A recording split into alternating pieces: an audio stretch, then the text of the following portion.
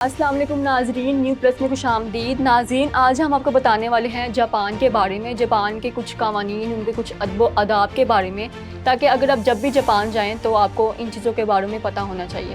سب سے پہلے ہم ان کے ٹریفک رولز کے بارے میں بات کرتے ہیں کہ جاپان میں جو ہے گاڑیوں میں زیادہ تعداد میں لوگ بٹھانا سختی سے منع ہے۔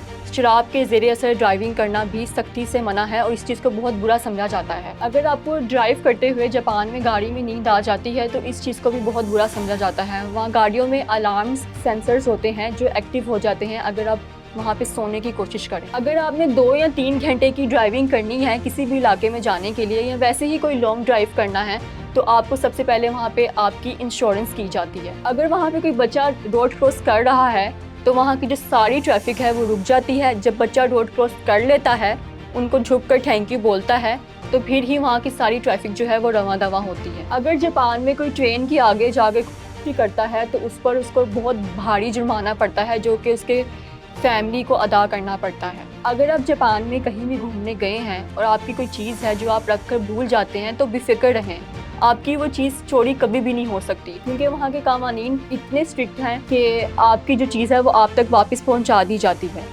جاپان میں اگر کسی بھی ریسٹورنٹس میں کوئی بھی کھانا کھانے جاتا ہے یا کسی بھی کیفے میں جاتا ہے تو واپسی پر وہاں ویٹرز کو ٹپ نہیں دے سکتے۔ ٹپ دینا وہاں پہ بالکل ناپسند کیا جاتا ہے۔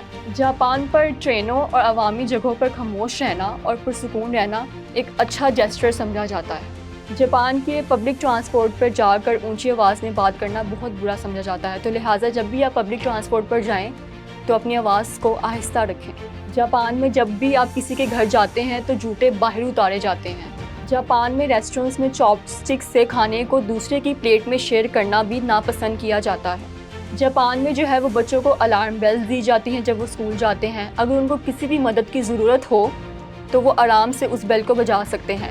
اسکول میں بچوں کو 6 سال کی عمر تک پڑھایا نہیں جاتا، انہیں صرف ادب و آداب سکھائے جاتے ہیں کہ انہیں کھانا پینا کیسے ہے، ڈریسنگ کیسے کرنی ہے، یا کسی سے بات کیسے کرنی ہے۔